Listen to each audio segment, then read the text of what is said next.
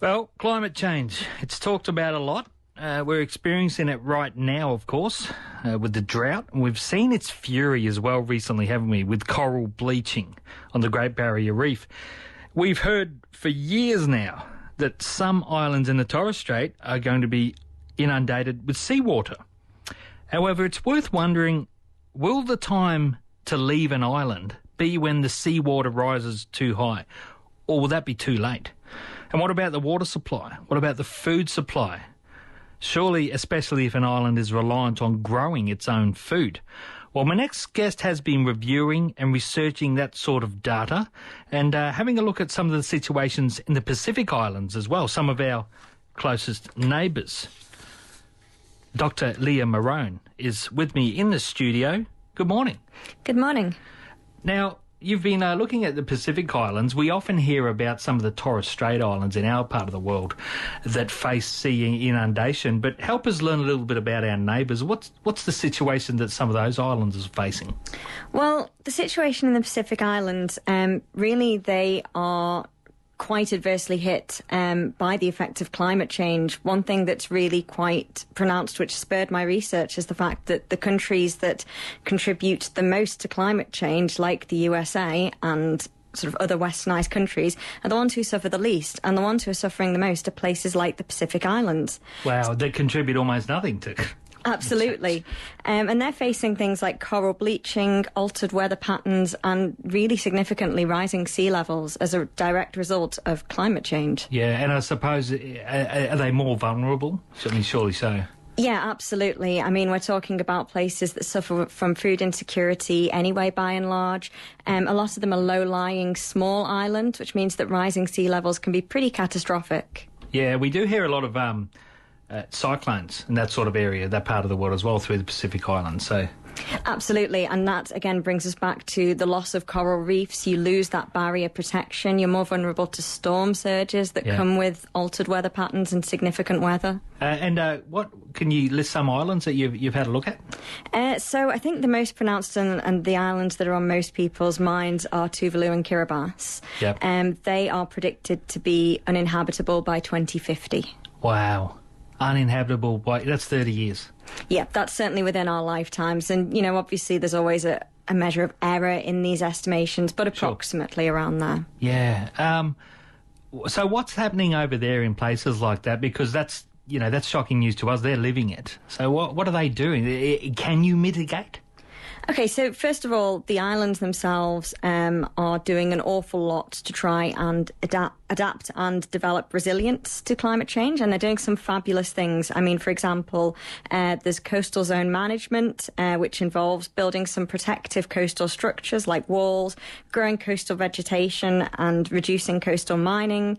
They're doing some things to improve their food security. So food security includes things like food production, your economic access and your physical access in terms of transport to food, and the availability of non-food resources such as hygiene and storage. So in terms of that, they are developing climate-resistant crop species and doing some soil-conserving farming. And in terms of water supply, they're doing rainwater capture and purifying, and sort of looking at saline water, so salt water for irrigating crops. Yeah. And just outside of that, a place like Vanuatu, they're breeding pigs that are more heat tolerant, ready obviously for the increase in temperature that the world's facing. They're looking at solar power. Other places such as Tonga are looking at land use planning again for their food security. And overall, globally, there's been an increase in schools in education about climate change and adaptation and resilience to that. Right, so if you live on Kiribati or one of those islands, you know well and truly about it. It sounds like almost it's a part of life, taking some of those steps. It's certainly... Again, it's been in the news very recently. It's certainly on the mind of the people in the Pacific Islands now that this is their greatest threat. It strikes me as odd or disappointing that the steps they've taken over there, they're leading the world in climate change mitigation for their situation. Like, they're ahead of Australia, they're ahead of America. Is that fair to say? They're doing more because I suppose it's more urgent for them? I think in terms of adapting to it, they certainly are ahead of places because, like I say, it's the places that are contributing the most who are suffering the least effects. So, places like America aren't necessarily feeling the need to do this yet, whereas for the Pacific Islands, they're starting to feel the effects now, and it's only going to worsen in terms of, like, say, some of the islands like Tuvalu becoming uninhabitable. So they have really no choice but to be thinking about it in a different way to how maybe other countries are thinking about it. Indeed. You're listening to Dr. Lea Merone. It's Merone. Merone, I was right the first time. There you go. And we're talking a little bit about climate change in its entirety, but also about the Pacific Islands as well. Seawater inundation. Am I right? I think we put it in our heads that it's going to get so high and it's time to leave.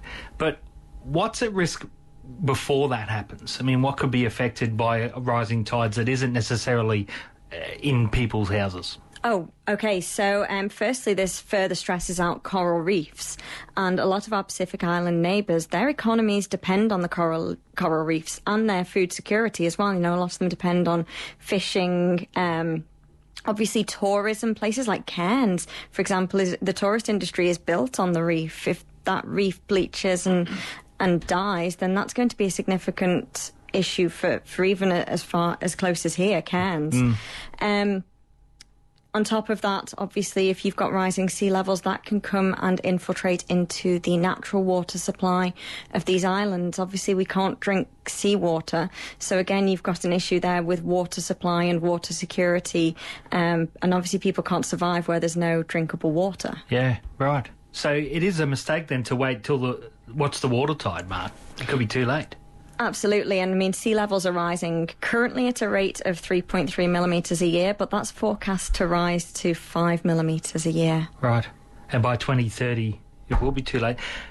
Is there enough discussion then around leaders, particularly around the Pacific Ocean or even around the world, to cater for what is going to be a huge migration of individuals? These people would need somewhere to go.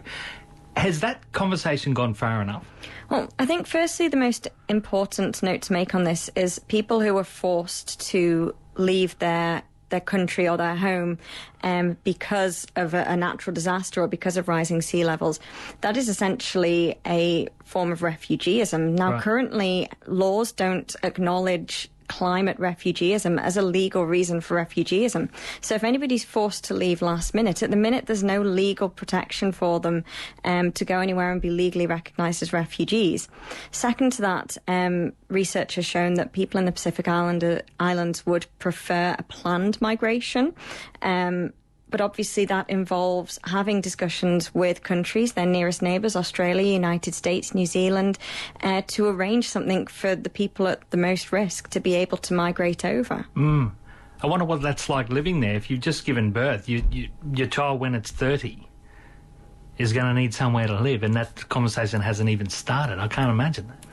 I think there are conversations going on, and certainly, as far as I'm aware, New Zealand are starting to develop some sort of treaty and plan in conjunction with the people of the Pacific Islands, because obviously that's important as well. It's very important that we talk to them and find out what their wishes are, what they would like to do, and try and do something in conjunction with them rather than for them. That's very important. Wow, it's fascinating stuff.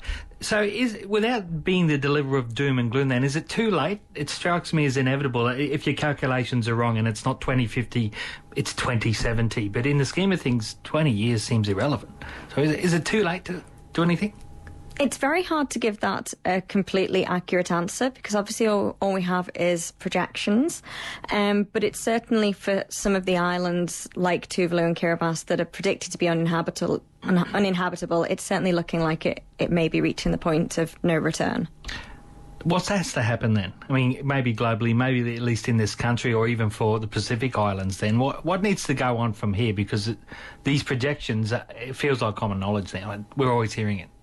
Yeah, absolutely. So, first of all, in terms of the people of the Pacific Islands, it's obviously very important because we're talking about other human beings here. Yeah. We need to be opening up the conversations now about if they should need to leave their home, where can they go? Can we organise a treaty or some sort of arrangement for them to come over? Their nearest neighbours, Australia, New Zealand, America, there are historical ties there. It's the right thing to do. On top of that, obviously, going forward, there's going to be more effects than just on the Pacific Islands. We're looking at a global public health crisis here, and we really need to be taking measures now to mitigate climate change and to try and slow it, or if we can, halt it. And that involves having an emissions policy, keeping our agreement with the Paris Agreement. Australia signed to keep global temperatures lower than 2-degree increase. We need to do that by decreasing our fossil fuel burning, ceasing our mining, and simple things that everybody can do. Animal agriculture is a huge producer of greenhouse gas. If everybody ate less meat or consumed less animal products, that again would help, and it is every little helps. Old habits die hard, though. I'm going to put my hand up and say guilty there. But I guess, well, it remains to be seen, I suppose, what world leaders do as we get closer and closer to more. What, proof? Is that where we're at? Is it the point where people are relying on projections, scientists and researchers like yourself relying on projections? But how much proof do these leaders need before something changes? I don't have an answer for that. Yeah. Dr. Lea Merone, I really appreciate you coming in, and I haven't given you your full title. Would you mind sharing that with me from how I encountered yourself? So I'm a public health doctor, and I've done this work in conjunction with the Public Health Association Australia, where I co-run the Ecology and Environment Special Interest Group. Right, yeah. Well, it's fascinating research, that's for sure. Thanks for your time. Really appreciate it. Thank you. There we go. Dr. Lea Merone.